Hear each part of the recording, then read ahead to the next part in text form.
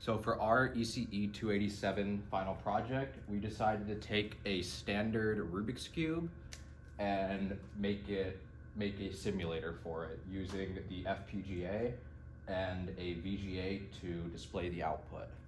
I will now show you some of the features and how it works.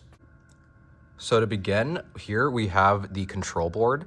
The 3 digits over here display the total number of moves done. So if I were to go ahead and do some moves, you can see it's happening on the display.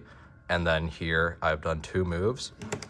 And then another feature that we added was the ability to undo moves. And this uses a register that can handle up to the last 64 moves.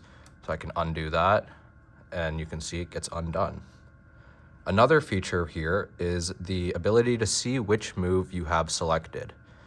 The moves that are printed here are using the standard sing master notation, which you can see on screen now.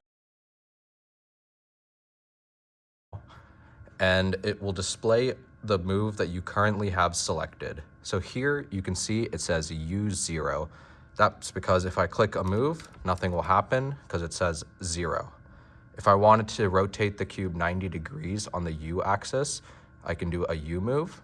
If I wanted to do negative 90 degrees, I can do a U prime move. Or if I want to do 180 degrees, I can do a U2 move. And this also works for all of the axes. So here, like if I select the F move, the R move, the L move, the B, and the D. So those are all of the possible moves that we have implemented, just doing the standard outer turn metrics for Rubik's Cubes. So another feature we have here is the scramble button. So I can click this button and you see it will do a random move scramble. Currently, it's just set to do 3 moves just for testing purposes, but I think a standard amount would be roughly 25 to 30 moves to ensure that it is properly mixed up. And if I go ahead and I'll just give myself a 1 move scramble here. So if I go ahead and then solve it, you can see that I have a screen that shows that it is solved. So these are the current features and bonus features that we have added to our design.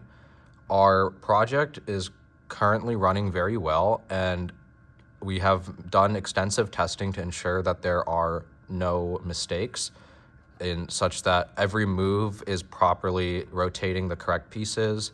We have not run into any instances, and we have prevented any sort of instances where a race condition or anything can happen to ensure that the cube functions correctly at all times.